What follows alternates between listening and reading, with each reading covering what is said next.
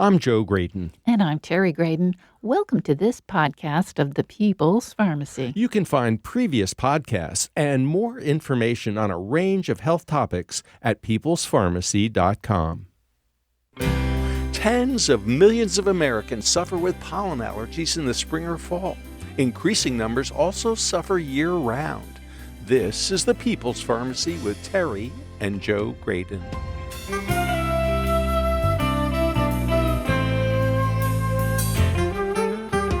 When your nose is stuffy, it can be hard to breathe, especially at night. What can you do to ease the symptoms of stuffiness, sneezing, and runny nose? We will talk with a renowned allergist and get the lowdown on pharmacy products such as antihistamines and corticosteroid nasal sprays. An expert in botanical medicines will discuss a number of natural approaches that can also ease symptoms. Coming up on the People's Pharmacy, managing year-round allergies with medicines and herbs.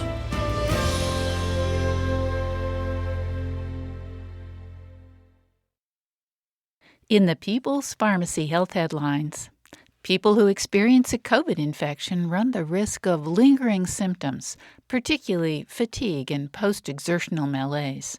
These problems may persist for months or sometimes longer after an individual has otherwise recovered. Danish researchers wondered how common these symptoms are, so they undertook a study of more than 50,000 adults. The volunteers responded to online questionnaires at several intervals that covered fatigue and COVID-19 test results. People who reported a positive COVID test had a 3% higher likelihood of fatigue over the next year and a half. They were also twice as likely as those without COVID infection to experience post-exertional malaise. That small increase in fatigue was statistically significant. People with more serious infections had a more dramatic 23% increase in fatigue in the 2 to 18 months following discharge. The number of people suffering severe fatigue was higher soon after the infection and decreased over time. The investigators conclude SARS-CoV-2 infection was associated with a subtle increase in the risk of post-acute fatigue and post-exertional malaise 2 to 18 months after mild infection. Blood pressure measurement looks simple, but some small errors can make a big difference in the outcome. A study published in JAMA Internal Medicine considered how arm position changes blood pressure readings. The scientists recruited 133 middle-aged participants and assigned them to one of three conditions. The arm was supported on a desk, or the hand was supported in the lap, or the arm was hanging unsupported by the side. Each volunteer also had a separate measurement taken with the arm supported on a desk, providing a gold standard measurement. Both lap and side arm positions resulted in higher measurements of both systolic and diastolic blood pressure. According to the researchers, commonly used arm positions, lap or side, resulted in substantial overestimation of BP readings and may lead to misdiagnosis and overestimation of hypertension. We've all heard that sitting is the new smoking, but most people have jobs that require them to sit in front of a computer screen for hours at a time. To determine the impact of sitting on heart disease and mortality, researchers analyzed data from the National Health and Nutrition Examination Survey. Over 6,000 middle-aged Americans with either type 1 or type 2 diabetes were tracked for about 6 years. Those who got at least 150 minutes weekly of moderate to vigorous physical activity were protected against the negative effects of sitting. Those who were inactive, on the other hand, were more likely to die during the study period if they also sat 8 or more hours a day, compared to 4 hours or less. The authors conclude that getting adequate exercise can offset the significant hazards of sitting too much among people with diabetes. Metabolic syndrome is a cluster of conditions such as high blood pressure, high cholesterol, insulin resistance, big belly, high triglycerides, and low HDL. It's an increasingly common problem that can contribute to the risk of diabetes and heart problems. It may also interfere with sexual function. Italian researchers report that people who stick to a Mediterranean diet appear to have better sexual function even if they have metabolic syndrome. The CDC estimates that roughly 60 million Americans suffer with runny nose, sneezing, and nasal congestion during the course of the year. For many of these, the culprit is seasonal allergens such as pollen, but some people have chronic rhinitis. A study from Korea suggests that lack of vitamin D may play a role. Data from more than 12,000 Koreans showed that approximately one-fifth of them had chronic rhinitis. 70% of these had vitamin D deficiency. Those with chronic congestion also had lower vitamin D levels. The researchers conclude that maintaining adequate vitamin D levels may be important in managing chronic rhinitis. And that's the health news from the People's Pharmacy this week.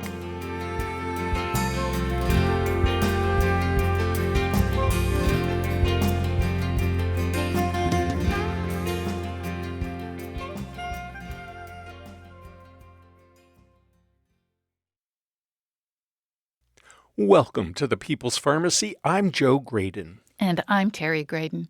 According to the Centers for Disease Control and Prevention, 60 million Americans suffer with what doctors call allergic rhinitis. We're talking about symptoms such as sneezing, nasal congestion, runny nose, and itchy eyes. Many people experience such symptoms in the spring or the fall because they're reacting to pollen. But some susceptible individuals suffer all year long. Are you one of them? To help us better understand how to manage allergies, we turn to Dr. David Peden. He is the Andrews Distinguished Professor of Pediatrics and Senior Associate Dean for Translational Research at the University of North Carolina School of Medicine.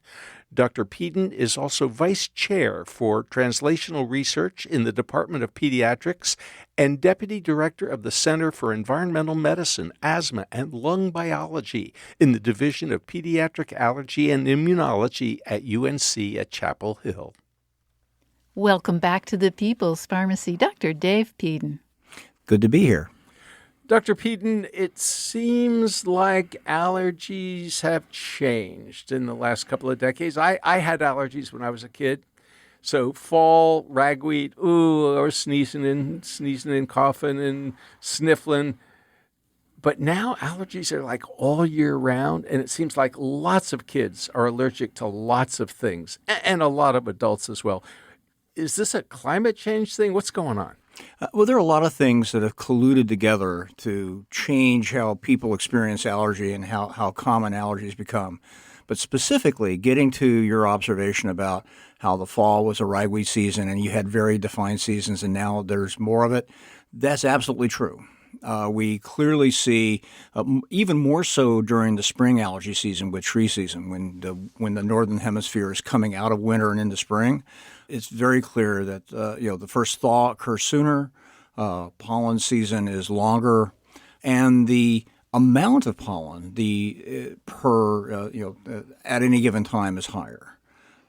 So there have been a lot of things. In fact, looking at pollination season and looking at how those changes have occurred have really become a biological bellwether for climate change in general. So people, many climate scientists refer to the change in pollination season as botanical proof that things have been changing. I assume that the first frost, likewise to the first thaw, is later in the season because of the changes in climate. So you get more time for the fall stuff to be doing whatever it is it does. Well, that's absolutely correct. Additionally to that, there are a number of other factors that change. Climate change is really an offshoot of pollution and man-made effects on the environment. And there is a large amount of emerging data demonstrating that, for instance, plants adapt to carbon dioxide, plants adapt to ozone. in ways that and they're trying to survive. And one of the strategies is to have more plants. And so the reproductive parts of plants, which are pollen, are hardier. They have more enzymes that help them survive that. That all leads to, unfortunately for people, more opportunity to become sensitized, and if sensitized, more opportunity to react to those pollens. So we've been talking about the outside environment, but there's also an inside environment. And talking to people who are involved in heating and air conditioning, they say, homes are much tighter now than they used to be, which may make conditions worse in the sense that there's more humidity in the house, especially in the crawl space in the house, and there may not be as much fresh air inside as there were. So mold and mildew may also be contributing to some of the allergy problems. What's going on inside, not just in our homes, but also in some of our public buildings? Well, in indoor environments, the built environment, water control, humidity control is clearly the single most important factor. That's true for indoor molds. It's true for house dust mites, which are a common indoor allergen. Mites don't, they require water to precipitate on their body to survive. And that's all a function of humidity. Ideally, we advise patients to try to keep the relative humidity inside their homes to 50% or less, which is actually not that easy to do.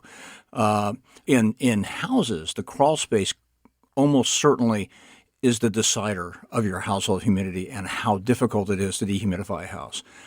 Fresh air is a mixed bag, ironically enough. Clean air is a different question. Outdoor fresh air, it seems very logical to open your windows up, particularly during good weather. Let's open the windows up, let's get the fresh air in. Well, unfortunately, the particle size of most pollens and other things that irritate the airway are small enough that they happily come inside your home through an open window. And that makes things more difficult in some ways. I think, for at least at the house level, one of the better things to do is to really work with a home engineer, HVAC professionals. The trick is how many air exchanges you have in your house. Whether the air exchanges happen through an open window or if they happen through a heating and air conditioning system that has the appropriate filtration systems so that you capture the pollens. You have dehumidification systems so that you maintain a good level of humidity. And the other overlooked thing really is looking at the crawl space, and for some people getting it lined and insulated like you might insulate your attic, but insulated in such a way that humidity control is better. All those things can make a difference. What makes a difference for your specific dwelling, you should have that analyzed the way you would see a physician if you had a physical problem. So you've suggested that appropriate filtration is essential. Oh, how do we tell if the filtration is appropriate? Well, so one way you can tell, or one way professionals can tell, and there are engineers that are actually better at this than I am.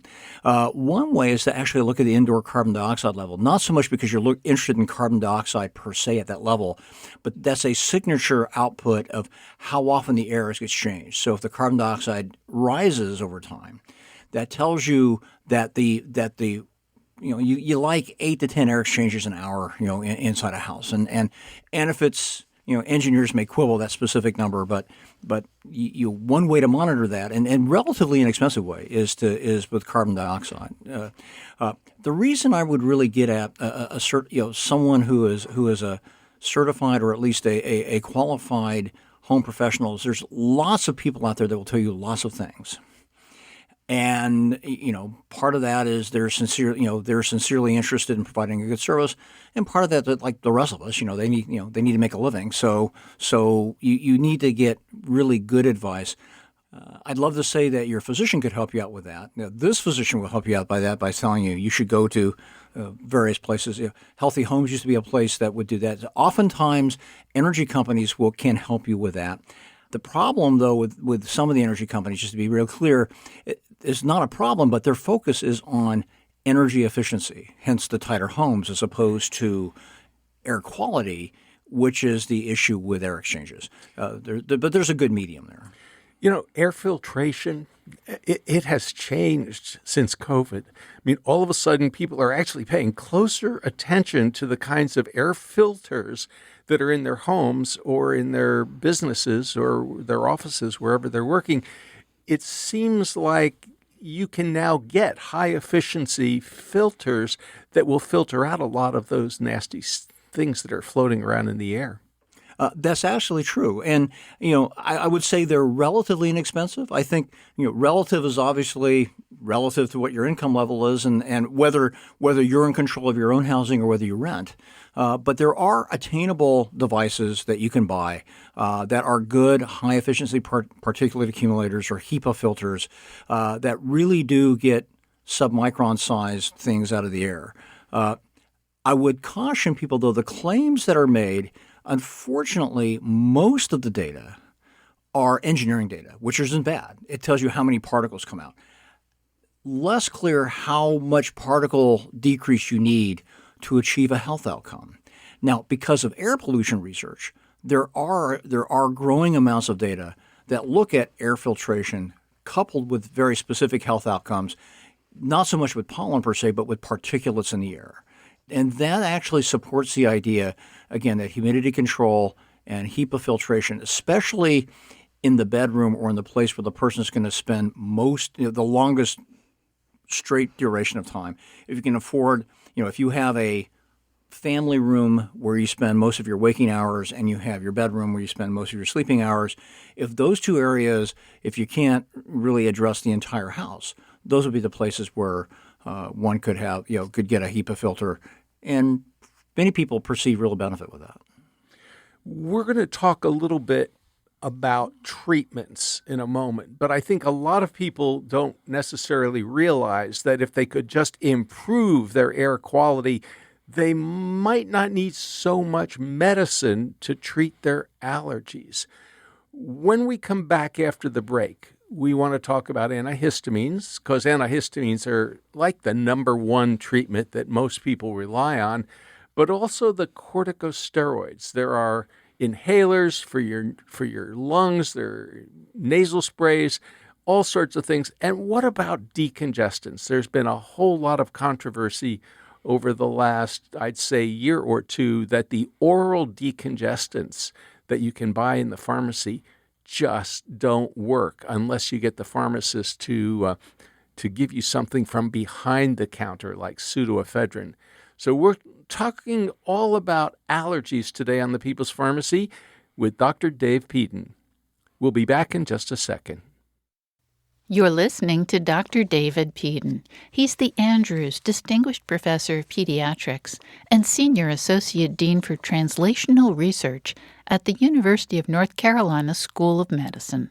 Dr. Peden is also Vice Chair for Translational Research in the Department of Pediatrics and Deputy Director of the Center for Environmental Medicine, Asthma and Lung Biology in the Division of Pediatric Allergy and Immunology at UNC Chapel Hill.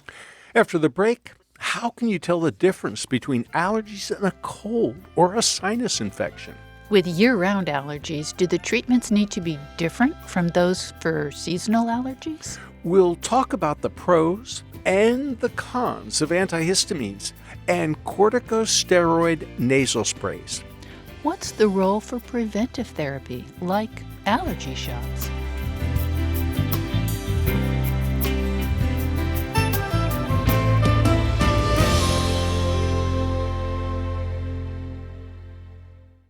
You're listening to The People's Pharmacy with Joe and Terry Graydon.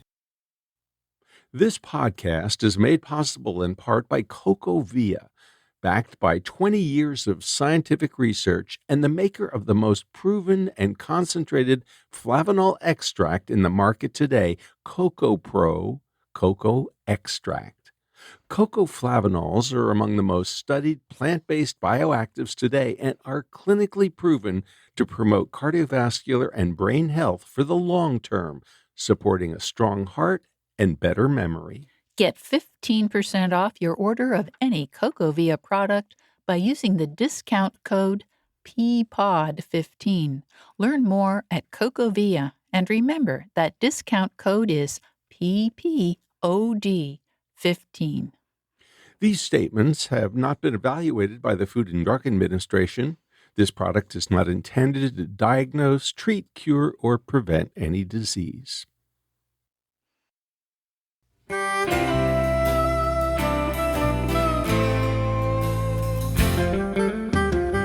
Welcome back to the People's Pharmacy. I'm Terry Graydon. And I'm Joe Graydon. The People's Pharmacy is made possible in part by CocoVia dietary supplements. CocoVia Memory Plus is formulated with 750 milligrams of cocoflavanols, a level clinically proven to improve 3 different types of memory and support brain function. More information at cocovia.com. Today, our topic is managing year-round allergies.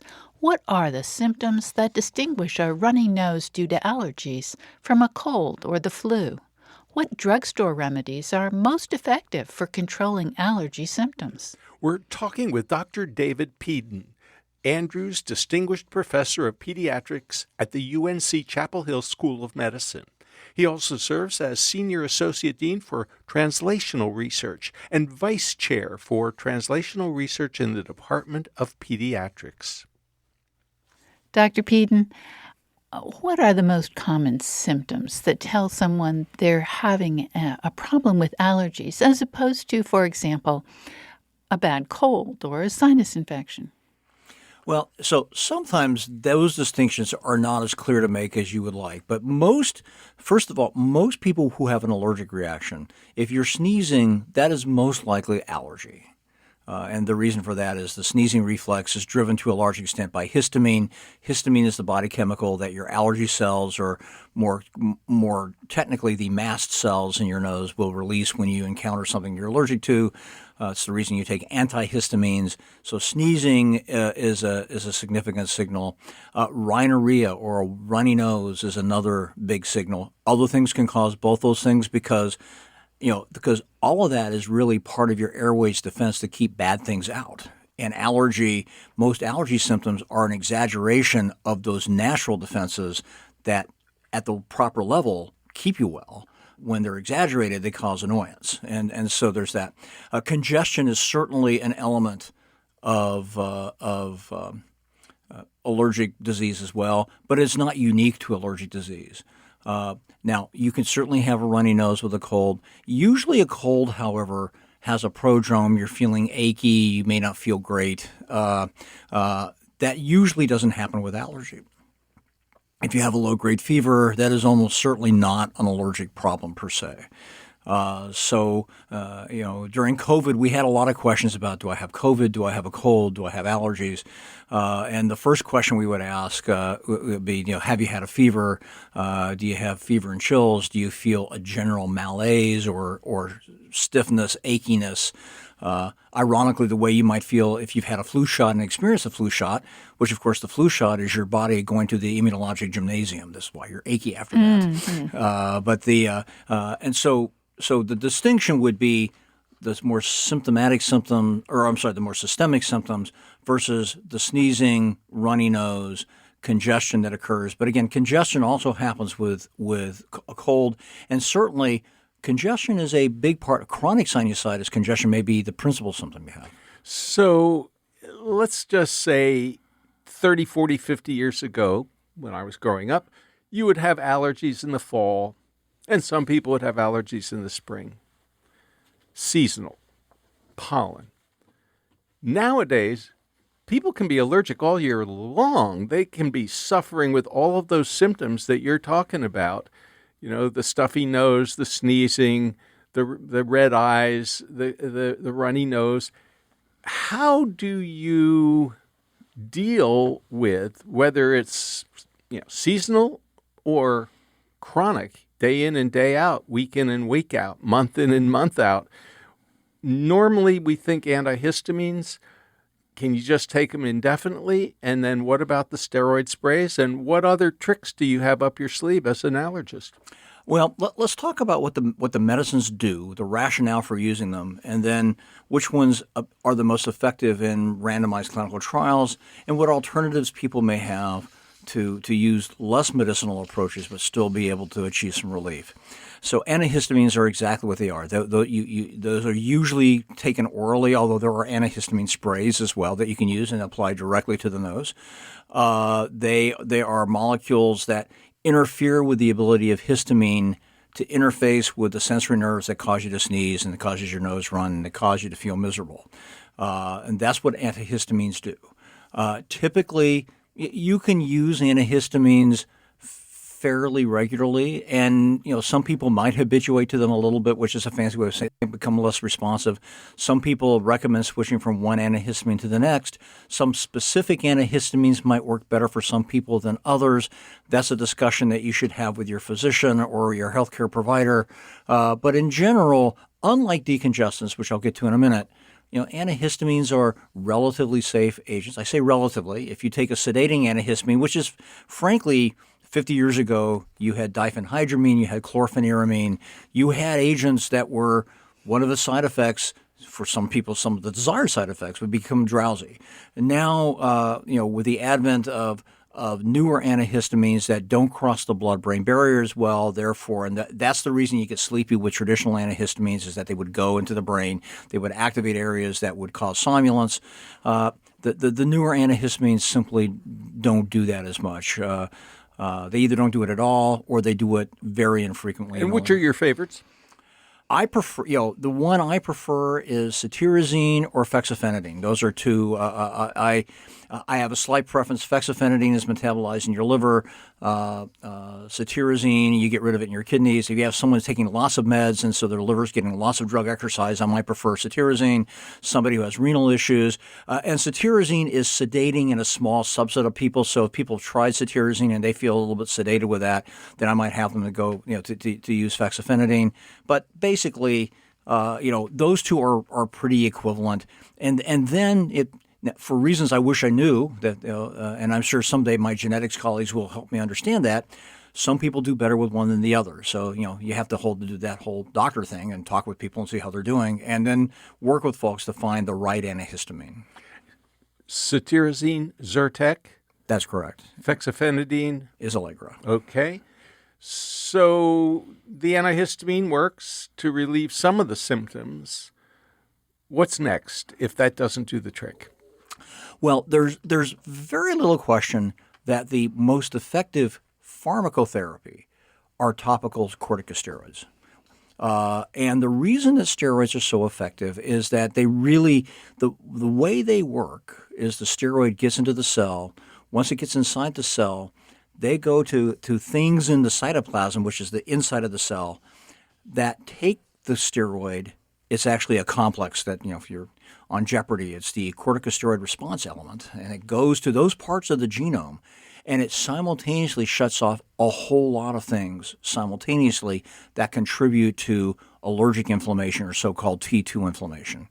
The reason topical steroids are more favored for long-term control than systemic steroids is that steroids don't only work on inflammation. The body has other uses for them as well. I mean, we make steroids, and there are diseases we have when we make too much steroid. And you can mimic those diseases if you take too much oral steroid. So that's why, yes, when your physician or your healthcare provider says you need this oral steroid for this reason and it sounds plausible to you, certainly do that. But allergic rhinitis should not be one of those. Mm-hmm. It responds pretty well to a nasal spray. Pretty well, yes. One of the tricks with the nasal spray, when I ask people to use it, I tell them to put the device in their nose and pretend they're trying to spray the bottom of their eyeball on that same side, because the part of your nose that you're trying to get at is not the middle of your nose, not the nasal septum. That's basically a piece of cartilage covered by skin. You want to go to the outside fleshier parts. That's where all the submucosal glands are. That's where all the snot happens. And that's what you want to interfere with. Okay, so you got to target that nasal spray. Now, we think of corticosteroids as powerful drugs. If you were to write a prescription for prednisone, 20, 30, 40 milligrams, it's a pretty big dose. And there are some side effects, especially if you're starting to take it for not just a few days or a few weeks, but months or even years. We worry about things like cataracts and osteoporosis Porosis and diabetes. and high blood pressure. And we go down a long list of corticosteroid problems when you take them orally for long periods in high doses. What about topically? Well, again, the nasal sprays are the topical steroids. Can you get systemic side effects with topical steroids? The answer is yes. There's no question that you can. What's different is the degree to which that risk occurs. So your risk of having systemic side effects is much lower with the topical steroid, in part because most topical steroids are designed, and the various pharmaceutical companies and the chemists have been very good at adding methyl groups here and there or halides here or there, such that they don't tend to go into the systemic circulation as much. So they stay at the area where you spray them for the most part. They don't go into the rest of the body, and consequently, you are less likely to have some of the systemic side effects that occur when you have rogue steroids going to places that you don't want the effect for it. Oral steroids, by definition, you're intentionally treating your entire body. And for many people, a horrible disease is that are steroid responsive. You want it to go there. But for those people, we monitor those side effects very carefully. And there's a whole other branch of, a whole bunch of new therapies called biologics that have really been designed to be more specifically targeting various biochemicals made by the immune system to avoid needing to use corticosteroids or to put them in their place, as it were, use them for specific reasons.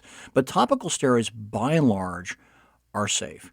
We do still want to minimize steroid use.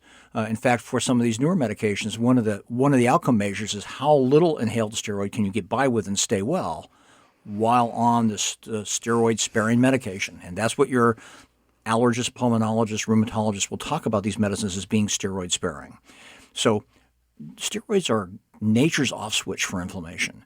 But like your fire alarm, like your sprinkler system in your house, when it goes off at the wrong time, you can cause as much damage as you can have benefit. Now, what about decongestants? We talked about congestion as part of the whole allergy symptom range. And, of course, Joe is fond of talking about back when he was a kid. Decongestants were something that people frequently took if they had allergies. Is there still a role for decongestants? So the short answer is yes, there is a role. The more complicated answer, it's a very defined role. So if you're early on, you're having a really bad allergy season, you're about to get on an airplane, you don't want to be plugged up, you're going to have an important business or social meeting, and you don't want to be, and you want to have your nose be open, et cetera. Some decongestants there, and particularly topical Afrin is something you can use, but you should really use it sparingly. Overuse of Afrin, what will happen is the reflex that is interfered with Afrin, you get to the place where you habituate to it, and your nose requires the Afrin to stay decongested. I mean, basically, the reason you get congestion is that there's erectile tissue in the nose, and it's what and what the way the decongestants work is it shuts down the vascular supply to those spongy areas in the nose that open up, and that's why you are decongested. But when you use it too often, one of the side effects is that you can require the decongestant in order to stay down. The other thing is that their action, what did I just say? They constrict the blood vessels so that you can't get blood into those areas. Well, it can also constrict all your blood vessels, which can have effects on they can increase your heart rate, they can increase your blood pressure, and that's why the lesser powerful pseudoephedrine and the other decongestants or decongestant mimics were made to try to minimize that side effect. One of the problems with those is that some recent data really showed that reviewing the data, some 40 years or so after they were first approved, it's not clear that over-the-counter or even, frankly, non-prescription but behind-the-counter decongestants are that effective. I think the more effective thing is to decrease the inflammation. The antihistamine can be helpful. And there are other things you can do that are, one thing I really think is helpful is using nasal lavage, or whether it's a neti pot or using nasal sprays. And if you do that a couple times a day, just like brushing your nose the way you would brush your teeth. So when you say nasal sprays, you mean saline? I'm talking about normal saline. Mm-hmm. So let's talk about what I'll call immunotherapy or preventive. Mm-hmm. When I was a kid, I had those allergies, especially in the fall. And my mom was worried that I would have asthma. And so I started getting allergy shots. And I had allergy shots probably for 5-10 years. And wow, no more allergies. Fall would be great. Why aren't we using allergy shots anymore? Or are we? We are. We definitely are. So immunotherapy, and when you talk with immunologists, immunotherapy now has a couple of different meanings, but immunotherapy in the context of allergy shots really does skew, you're basically retraining your immune system by repeated exposure to the antigen that you become allergic to either quiet that response down or maybe replace it with an innocuous non-allergic replacement such that you don't have the symptoms.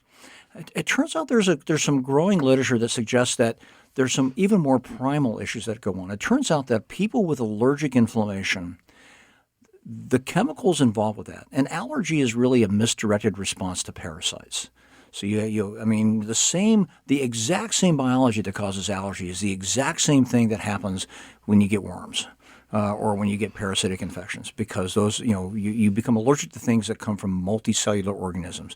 The other branch of your immunity responds to bacteria, viruses, or sadly tumor antigens because your body's kind of gone rogue. But there's kind of a balance there, and the more allergic type inflammation, or what we call T2 inflammation, the more of that there's a little bit of a muting of your anti-infective response. And there's now some emerging data that people on immunotherapy, the allergy shots you talked about, not only have lesser overt allergy, but the epithelial cells, some of the chemicals they make to fight viral infections is improved. The susceptibility of the robustness of the deleterious effects of the viral infection are somewhat minimized. It's not a cure-all, but it really does say that there's really ways to kind of retrain your immune system such that you can do better. So the problem, the way most immunotherapy works, you start at a tiny doses and you build up to a maintenance dose. You want to get to the maintenance dose. That's when you start retraining your immune system. But it has to be safe for you. So summing up, Dr. Peden, better air quality and then lots of appropriate therapies to minimize the horrible symptoms of allergies. I would agree with that. I do think that immunotherapy has its place, and there's going to be increasing interest on starting immunotherapy. There's a lot of question about if you start it younger, does it have a more primal effect? Dr. Peden, dealing with our internal environment can be a little challenging. So give us some sense of when to have our windows open, when to have them closed, what to do when we start turning on the heat, how do we have the right filters, when do we put in a HEPA filter, HEPA, high efficiency particulate arresting filter. And then what about dehumidifiers? You mentioned earlier that humidity can pose a problem. So give us a kind of tutorial on how to improve our internal environment in our homes and apartments. So, let's start with basics. When do you open your windows? When do you close your windows and rely on air conditioning? Which, by the way, a good air conditioning HVAC system is a really good step towards being able to better control your indoor environment. Now, most places will have, the Weather Channel, most local TV news stations, particularly their online elements, will tell you what the pollen levels are going to be, whether it's a high pollen day, a low pollen day. For many people, yes, we can have pollen all year round, but it's pretty clear in most of the eastern United States, mid-February through May tends to be tree season, and I'm stretching that a little bit because it's a little bit different across the eastern seaboard.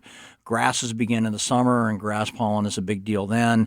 And then once you get to the end of summer, you have weed season. Weeds are basically all the other things that release pollens. Ragweed is the one that most people are familiar with, and molds tend to be a little bit more in the fall as well.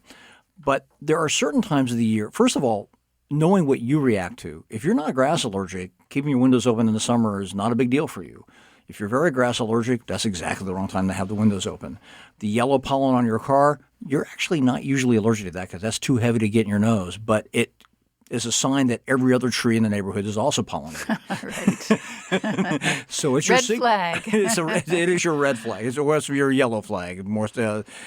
So that would be part of it.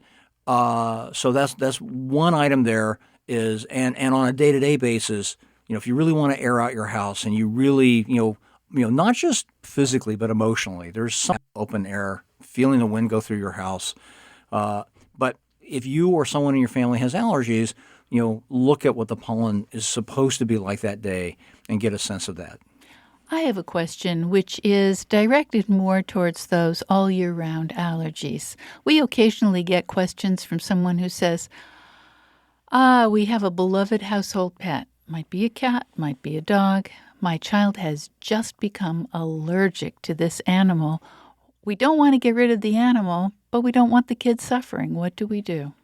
Well, a couple things. First of all, the animal should probably should not be allowed in the child's sleeping area. The animal should not be swaddled in the same blankets that the kid is swaddled in because that minimizes the exposure. You can actually have the conceptual argument is over time, this continued exposure to the animal, is that a natural form of allergy shots, as it were? Would that actually help you desensitize to that? Does that work? It certainly does happen in some people. I'm not sure I can tell people, I can predict that, just hang with it and your kid's going to be okay, not be allergic. But it's also really emotional for families. If the pet is really beloved and the child is old enough to understand what's going on, what kid wants to be responsible for getting rid of the family dog? I mean, exactly. Nobody does. So that said, keeping the animal separate from where the child sleeps. I'm not saying never have the child interact with the animal, and sometimes the degree of the allergy is very clear. I mean, if it's horrible and they have asthma attacks and go to the ER because of it, that's a different deal. But that's rarely the issue. It's sneezy, runny nosy, kinds of stuff. The animal behavior makes a big difference. So, for instance, if the beloved animals are guinea pigs and you have whoever changes the bedding is the one who's going to be exposed. As much as I like kids to help do their chores at home, they should not be changing the animal bedding. You can find other chores for them to do. But I would. So that's part of it. Is most people do not have to rehome an animal as a result of that. There's a little bit of trial and error and finding the right place. What I would not recommend from a humane perspective is if you have an animal that's been an indoor animal their entire life, suddenly saying, okay, there'll be an outdoor dog, that's not an adjustment many dogs take to very easily. They need to have grown up in a certain way in order to understand how to behave there. I want to talk just a bit about dehumidifiers because you've said that there are certain critters, we'll call them, that flourish when the humidity is high, and I'm really thinking about mites. And mites are everywhere. I mean, if you've got a mattress, if you've got chairs, if you've got a sofa, there's a good chance that there are mites that are going to be living in that material. Unless you can get your humidity down pretty far, maybe 30 to 50%. How do you do that? Because I think a lot of people don't really know how to deal with mites. They're invisible. So, one thing is you actually know what your humidity is. Most hardware stores will give you a hydrometer. You can know what your relative humidity is. So you can actually measure it. You could actually know. And it's not that expensive. No. I mean, you can go online and look, but it's not, I should know this number. It's probably like $20 or something. It's definitely less expensive than the carbon dioxide monitor. Definitely. It is less expensive, yes. But the bottom line is you could figure out what your humidity level is and when should you get nervous? If you're above 80 a lot, that's uncomfortable. I mean, you won't need a relative humidity. You'll know. You'll know. Once you get a little bit more than 50%, that's when the mites tend to be. That's when they have enough precipitation on their outer body. That's how they survive. That's how they drink water. That's the reason that relative humidity is a bit. People perceive that these microscopic arachnids bite you and drink your blood. That is absolutely not what happens. What happens is they eat dandruff, and they rely on relative humidity to survive. Again, your HVAC professional can be a really good friend for you, to sort out how much air conditioning you need per square foot of your house. And you want, you don't need a colossal air conditioning system if you've got a 1,000-foot area that you're trying to dehumidify. And air conditioning, people think of it as making your air cooler. It was invented as a dehumidification system. It was invented for textile factories in the South in the late 1800s. So that and the air was cooler as a consequence of that. So air conditioning is the most practical way to do it. You can also get just like you can get a HEPA filter for a room, you can get a dehumidifier for a room, and they can be very effective. Particularly if you've got, if you got a bunch of kids and you use a basement room as a bedroom for one of them, that's where the humidity is oftentimes the big culprit, and it's the basement dehumidification is sometimes helpful. You just have to be diligent. You have to empty the water trap, because if you let the dehumidifier go and you don't empty it, then it gets moldy, because what's there? A bunch of water that stuff can get into. But a dehumidification unit can also be effective as well. Again, this is one of those things where you think about what your house is.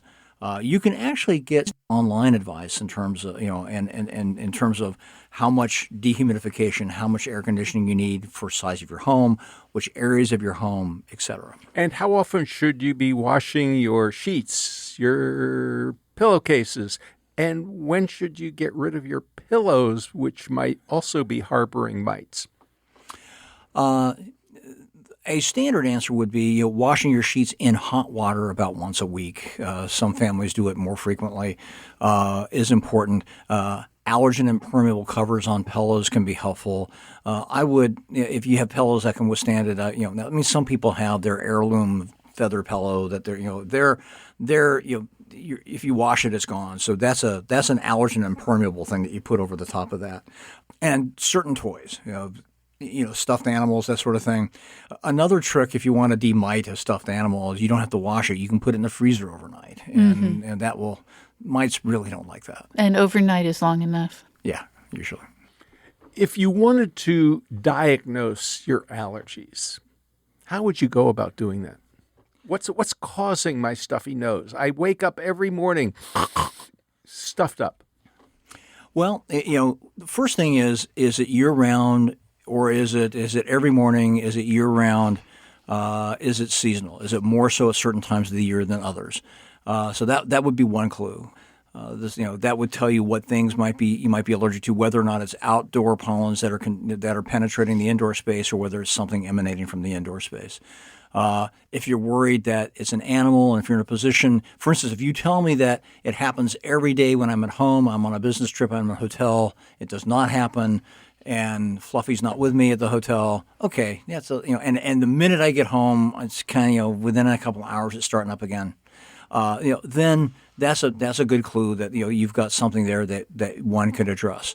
The other thing, by the way, is bathing your animals, including cats, which I tell patients that, and they are less enthusiastic about that. They say bathing cats, they're less enthusiastic, but the cat is even less enthusiastic. Unless you start when they're kittens, actually, and then they get used to it. The younger you start, same with puppies. I'm the dog bather in our house, and a couple of our dogs are okay with it. The others are less enthusiastic about it. And why is that important? Because you get the allergen off their coats. Mm-hmm. Some of the allergens directly made by the pelt. Some of it's in the saliva. Animals groom themselves. You get stuff there. So the reservoir on the animal itself is less, and that can be helpful. And finally, mold. Mold seems to be a real problem these days. How do you keep mold from causing so much misery? It's going to be the same, boring answer. It's really a humidity and water control issue. If you have a water damaged house, like if there's been a flood, which happens a lot, another climate change issue that's going to emerge, particularly if people living at lower elevations. If you really had a water, if you're in a position where you can have a professional look at your house after you think it's all dried out, looking at drywall, that's where the mold really becomes an issue. I'm not talking about the black mold stuff that, frankly, got a lot more press than it deserved, to be quite honest with you. But the regular molds, water trapped in drywall that's not as dry as it used to be, in hidden spaces that you don't see. Water can get into a place; it can really damage inside. And if you've got like in what happened in my house, where it had a washing machine that was right next to the hole that the water leak ate away at, and we thought, we should fix that. Those kinds of things. Where plumbing joints is a really big deal. So looking at under your sinks, having someone take a look, at the piping, in the crawl space, make sure that your piping, that all the joints are good. That will help minimize that water damage, and that's really, that's where the hidden mold comes from. Dr. Dave Peden, thanks so much for talking with us on the People's Pharmacy today. Thank you for having me. You've been listening to Dr. David Peden. He's the Andrews Distinguished Professor of Pediatrics and Senior Associate Dean for Translational Research at the University of North Carolina School of Medicine. Dr. Peden is also Vice Chair for Translational Research in the Department of Pediatrics and Deputy Director of the Center for Environmental Medicine, Asthma and Lung Biology in the Division of Pediatric Allergy and Immunology at UNC Chapel Hill. After the break, we're going to find out about some alternative ways of managing allergies. We'll speak with Dr. Tirone Lodog about natural products that may be helpful. She's one of the country's leading experts on botanical medicine and a frequent guest on the People's Pharmacy. Could probiotics make a difference? Dr. Lodog is a fan of bitter herbs. Yuck. They taste really bitter, but maybe they'll do some good. She'll also fill us in on the benefits of quercetin. You can find it in onions, apples, and tea, or you could take it as a supplement.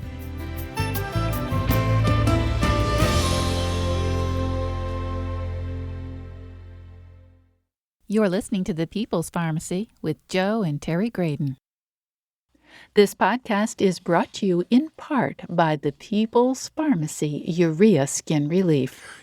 When temperatures drop, the heat comes on. Unfortunately, that means lower humidity and drier skin. How can you keep your skin comfortable and healthy this fall and winter? Well, we are pleased to announce the People's Pharmacy Urea Skin Relief. It has 20% urea, which improves the skin barrier function and helps with deep moisturizing. This intensive skin therapy is available in either handy 2-ounce or economical 6-ounce tubes, but it's only available on the peoplespharmacy.com website. As a People's Pharmacy podcast listener, you can get 20% off your purchase of Urea Skin Relief from now through the end of the year. Just enter SKIN20 as your discount code when you check out from the store at peoplespharmacy.com.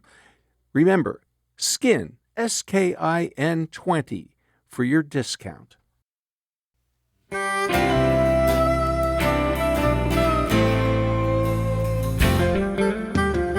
Welcome back to the People's Pharmacy. I'm Terry Graydon. And I'm Joe Graydon. The People's Pharmacy is made possible in part by CocoVia Dietary Supplements. CocoVia Memory and Focus is a unique formula made with a special blend of ingredients that work together to promote attention and support long-term memory. It supports 5 areas of brain performance all in one capsule. More information at cocovia.com. Today we're talking about allergies. Although many of the remedies in pharmacies can ease symptoms, they do come with some side effects. Are there any natural approaches that could be helpful? We turn now to Dr. Tirone Lodog, a founding member of the American Board of Physician Specialties, American Board of Integrative Medicine, and the Academy of Women's Health. She was elected chair of the U.S. Pharmacopoeia Dietary Supplements Botanicals Expert Committee and was appointed to the Scientific Advisory Council for the National Center for Complementary and Alternative Medicine. Her books include Healthy at Home, Get Well and Stay Well Without Prescriptions, Life is Your Best Medicine, and Fortify Your Life, your guide to vitamins, minerals, and more. Welcome back to the People's Pharmacy, Dr. Tivroni Lodog. Well, hello. It's so good to be back with you. Oh, it's always wonderful to talk to you, Tarone. We have just been talking with Dr. David Peden about traditional allergy treatments. And they can be helpful, but they have some downsides. For example, diphenhydramine, sort of, the number one antihistamine, Benadryl is the brand name. It has strong sedating properties. It puts me to sleep. And it puts me to sleep if I take it during the day. I'm not worth a hoot. And plus, it has some anticholinergic activity, so it may not be so good for your brain. And then, there are the modern, less sedating antihistamines, drugs like Zyrtec and Zylsal, and they may be less sedating, but if you stop taking them after several weeks or several months.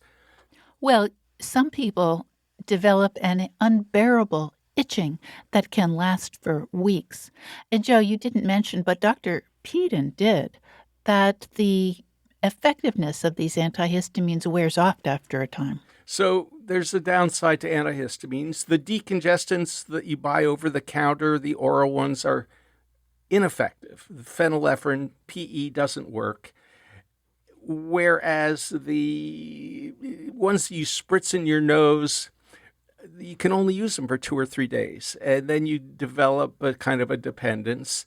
And the corticosteroids, yes, the nasal corticosteroid sprays, they're far less likely to have the kind of systemic side effects that oral steroids do, like prednisone, but they're not completely devoid of side effects. And allergy shots, yeah, they work, but it's inconvenient. You have to go to the doctor's office, and if you don't have insurance to cover them, they're expensive. So Joe, you have to get out your teeny-weeny violin. Yeah. Well, Everything's a problem. So let's find out from Dr. Lodog, first of all, about the microbiome and what we should be eating, and then what natural products might be helpful.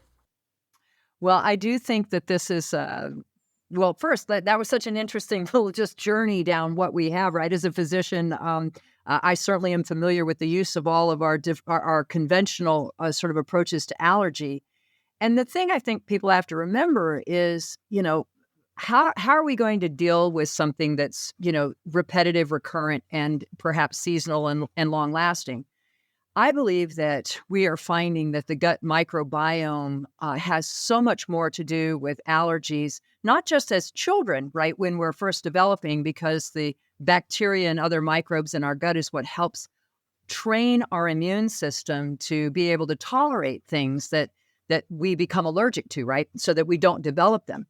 That's why playing in the dirt is good as a kid, and having breast milk, for the first 6 months of life is so important. But I would say even as we're just moving through our lives, that keeping that gut microbiome as healthy as possible is a good idea. So all the fermented foods that we can take, looking at some of the probiotics that can help with allergies. For those who are looking for evidence-informed probiotics, you can go to usprobioticguide.com. That allows you to look for both adults and children for the evidence of which probiotic works for what condition, right? So you can look up seasonal allergies on there and find the brands that contain the probiotics that have been shown to be beneficial. So taking good care of the gut, I think, is fundamental. Interestingly enough, I don't know if you've been keeping up with some of the bitter taste data that's been out there, but herbalists have long said, whether you are in China, in India, or North or South America, people that have used plants have long said that bitter tasting herbs are beneficial for helping relieve the symptoms of colds and allergies. So I was reviewing some papers recently looking at how these bitter taste receptors are found throughout the body, not just on your tongue, but in organs throughout our body systems, and that they're also present in the lungs, where a number of these bitter herbs actually prevent mast cell degranulation in the nose. Now, that is fascinating to me because people have long said that bitter herbs do this, but we could never figure out how. And so a dose of bitters, there are many bitter herbal products, and there are even bitter herb, elixirs and that they're available in the marketplace, that these bitters may actually be something useful that could help if you took it before your dinner meal, would probably help with your digestion of your meal, help with your microbiota, but it may also help your allergies as well. I had to say that because it was something new that kind of came on my radar, even though we've been saying that bitter herbs have these beneficial effects for so long. Well, Dr. Lowdog, aside from going and buying a little bottle of bitters that they sell so that you can make your drink taste the way it should taste, are there specific herbs that we should be looking for? Yes, but dandelion root is a very common one that people can actually even make as a tea. There are companies that make roasted dandelion root tea, which is an excellent bitter. But the one that has the most research on it, including looking now at anti-allergy effects, is an herb called andrographis. Andrographis is known as the king of bitters. It has more than 33 studies on it, human studies, for colds and sore throats and upper respiratory infection. But the data now is quite clear that it's binding to these receptors in the nose as well as in the lungs, and that it is inhibiting mast cells and preventing that sort of stuffy nose, tight lungs, tight airways that people get who have asthma. I'm fascinated by it, but andrographis has a lot of data. Many people consider it to be also an adaptogen, an herb that helps us during times of stress. So that is one that I've been recommending more often recently. So dandelion tea is a great one. And if you're looking for one that has more data and that's perhaps stronger, I would look at andrographis. Well, something, we've been fascinated by mast cells for decades because they are so critical in allergies and asthma. And these are the cells that liberate all kinds of inflammatory cytokines, especially histamine, but other things as well. And the idea that bishop's weed, which was used for hundreds of years as a kind of anti-allergy treatment way back, what sort of derived into Intal for asthma and now chromolan sodium or nasal chrome for nasal allergies, it also protects mast cells.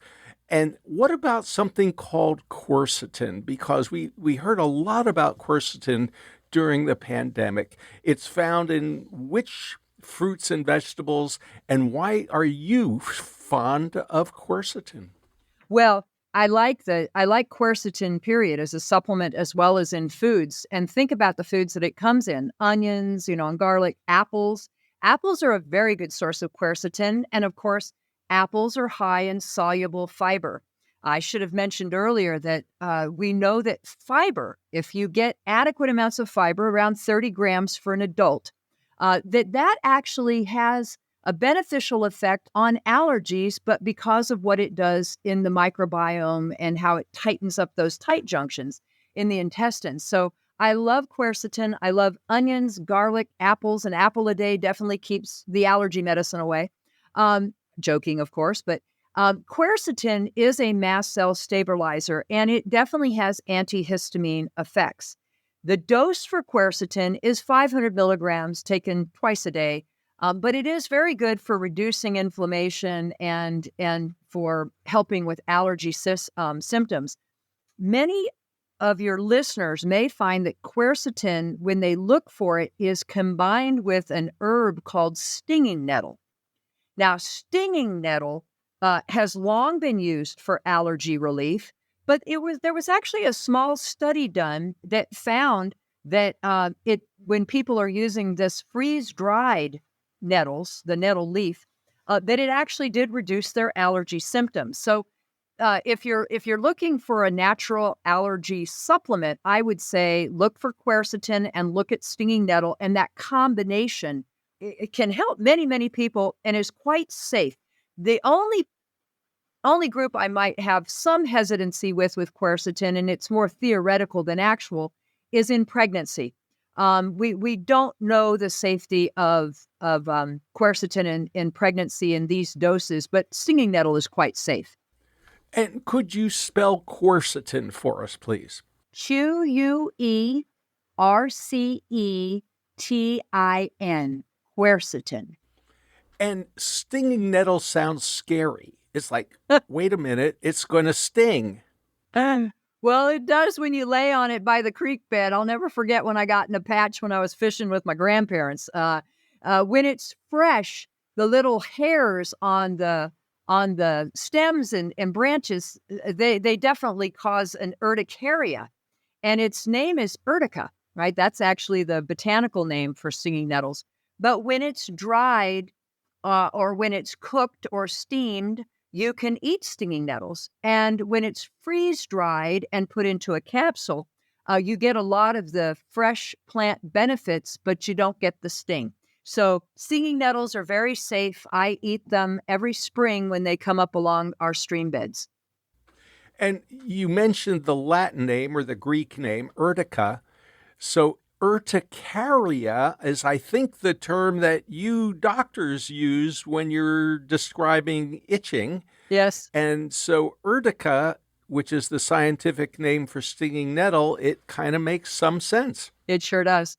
It sure does. And it's so interesting how people have been consuming nettle leaf tea for colds and allergies actually for quite some time.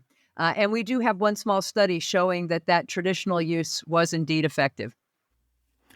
Dr. Lodog, let me ask about another plant that is sometimes promoted as being helpful for allergies, and that would be butterbur. Yes, butterbur is very interesting. Petasites is its botanical name, and it is a huge leaf plant. It's got some of the biggest leaves you've ever seen on it. It grows up in the Pacific Northwest. Butterbur is used for two things: migraine headaches, prevent them, and allergies. And in head-to-head studies, randomized controlled trials, butterbur was shown to be as effective as the non-sedating antihistamine drugs that are used for allergies nowadays. Butterbur is very effective for preventing allergic rhinitis and reducing the symptoms of it. Now, if your listeners go and Google that, they might find that there was some concerns around liver harm with taking butterbur. I want to assure your listeners that when that has been looked at and has been reviewed, it was found that some of these products in the marketplace were not adequately removing a group of compounds that are present in butterbur that you want to take out. Those are called the pyrrolizidine alkaloids. Now, the better companies, like the company that makes the Petadolex, Petadolex, that's the product that was used in the clinical trials. Those products have had those PAs all removed, and we've not seen any problem with those. So we believe that they're safe and that people can use them. You just want to make sure you're using a good brand. But excellent. The dose is 50 to 75 milligrams twice a day, and usually do that for the first couple of weeks. And a lot of people can go to just maintenance of 50 milligrams twice a day. Just really depends upon how severe your allergies are. Now, of course, it is important if you're taking any supplement to use a good brand, but how do you know as a consumer which brand to trust? Well, that is tricky. I would say a couple things. One is don't buy your supplements on eBay. I'm not saying don't buy things on eBay, but don't buy your supplements there because we consistently see adulterated products sold through that channel. If you're buying on Amazon, and many people do because it's so convenient, make sure when you're putting in Amazon quercetin because you want to try it and you come to a company like Now Foods or something, make sure you then go and you click on that company's store and you're buying it directly from them. That they have stores on Amazon. Don't buy these from third-party groups because we're seeing that you've got some clever people there that are making fake labels and selling them to third-party sellers. That's been shown for a number of these large companies. So make sure you go to the store and buy it from them. I would also say that, Whole Foods and Costco, Sam's Club, Walmart, all of the supplements that are sold through those channels go through extensive quality control testing before they're allowed to be sold. The Kirkland brand, actually, I believe that's a Costco brand, was one of the first to actually get the independent quality seal from the United States Pharmacopoeia for their quality of their products. So, do your investigation, buy from reputable brands. And if you're shopping on Amazon, please make sure you go to the company's store on Amazon so you're buying it directly from them. Dr. Lodog, are there any vitamins that we should be aware of, that we should be taking perhaps when it's allergy season? I would say two. One, people know about vitamin C. It has a natural antihistamine effect, so it can reduce some of the severity of your symptoms if you have them. And then vitamin D. And vitamin D, we hear a lot about it for bones and muscle health and for immune health. But we do know that deficiency in vitamin D has been linked to increased susceptibility to allergies. And we do believe that supplementation can help modulate our immune response and reduce the severity of our allergic symptoms. So make sure that you're getting your vitamin D, 1,000 to 2,000 IUs a day for most teenagers and adults. But many people are low. So I would say vitamin C, making sure you're getting that during the allergy season. And then vitamin D pretty much should be taken all year around by most of us. Dr. Lodog, I want to go back to vitamin C for just a second because I think a lot of people just sort of go, oh, I have a glass of orange juice every once in a while. I'll eat an apple maybe every other day. Or else they'll say, Linus Pauling said vitamin C was good and he was wrong. So give us the lowdown on vitamin C because I've been kind of enthusiastic about vitamin C for, going on 50 years. So what's your take? Well, my take is that according to the CDC, if you look at their data from their second biomonitoring, of the NHANES, the big nutrition study, it showed that about 15.7 million of us have blood levels consistent with scurvy, and that another 60 million of us have borderline vitamin C levels. I think it's twofold. I think one is that we don't eat enough fresh fruits and vegetables. Many of our vegetables are cooked, which destroys the vitamin C. And two, that the body, when it's under stress, to make the stress hormones, it requires vitamin C. So the more stress we're under, the more vitamin C we're using. So I think it's both we're not getting enough in our diet, and two, that we're chewing through it pretty quickly. If you were truly eating 5 to 9 servings of fruits and vegetables per day, you'd be getting about 500 milligrams of vitamin C in the diet. And that's, I think, where most of us think we should probably be, close to 400 to 500 milligrams, spread across a day. And I have to tell you, I just see so many of my patients who don't get enough vitamin C. You need it for good immune health. You need it for making collagen for the skin, for wound healing, for making your neurotransmitters, dopamine and norepinephrine.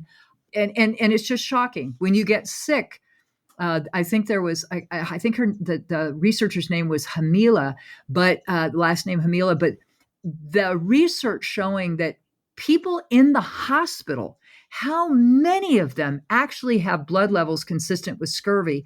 And I've often thought, how could you possibly fight off an infection if you don't have enough vitamin C just in your bloodstream to mount a great immune response? So I'm a fan of vitamin C. Do I think it cures everything? No, of course not. Do I think you need adequate amounts of it in your diet and supplements if you're not getting enough? Absolutely. And people who have allergies or have a tendency for getting, upper respiratory infections, colds and things like that, I'd say most of us would do well to supplement with 200 milligrams, 250 milligrams once or twice a day. And when it comes to vitamin D, what sorts of doses are we looking at? Well, I'd say that 1,000 to 2,000 IUs for most adults, maybe 1,000 in the summer, 2,000 during the winter months is probably a good recommendation for most of us. The new guidelines that were issued by the Endocrine Society surprisingly said that nobody should really be tested for their vitamin D levels. That's a conversation for another day. But I would say that, that if you're not going to get your levels tested during the winter months, taking 2,000 a day is probably very smart for keeping your immune system active and helping you to reduce your risk or severity of severe respiratory infections. Dr. Tirone Lodog, thank you so much for talking with us on the People's Pharmacy today. It was a pleasure. You've been listening to Dr. Tirone Lodog. She's a founding member of the American Board of Physician Specialties, the American Board of Integrative Medicine, and the Academy of Women's Health. She was elected chair of the U.S. Pharmacopoeia Dietary Supplements Botanicals Expert Committee. Her books include Healthy at Home, Get Well and Stay Well Without Prescriptions, Life is Your Best Medicine, and Fortify Your Life, Your Guide to Vitamins, Minerals, and more. Lynn Siegel produced today's show. Al Wodarski engineered. Dave Graydon edits our interviews. B.J. Liederman composed our theme music. This show is a co-production of North Carolina Public Radio, WUNC, with the People's Pharmacy. The People's Pharmacy is made possible in part by Cocoa Via Dietary Supplements, cocoflavanol supplements that support cognitive and cardiovascular health, made with a proven concentrated flavanol extract. More information at cocovia.com. Today's show is number 1403. You can find it online at peoplespharmacy.com. That's where you can share your comments about today's interview. You could also reach us through email, radio@peoplespharmacy.com. Our interviews are available through your favorite podcast provider, including YouTube Music. You'll find the podcast on our website on Monday morning. At peoplespharmacy.com, you could sign up for our free online newsletter, get the latest news about important health stories. You can also get regular access to information about our weekly podcast. In Durham, North Carolina, I'm Joe Graydon. And I'm Terry Graydon. Thank you for listening. Please join us again next week.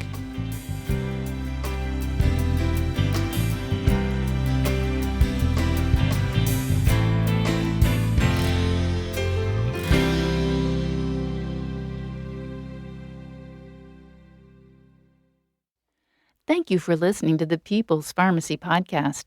It's an honor and a pleasure to bring you our award-winning program week in and week out.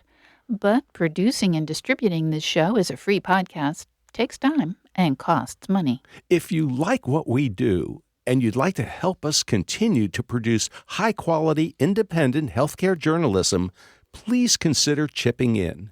All you have to do is go to peoplespharmacy.com/donate. Whether it's just one time or a monthly donation, you can be part of the team that makes this show possible. Thank you for your continued loyalty and support. We couldn't make our show without you.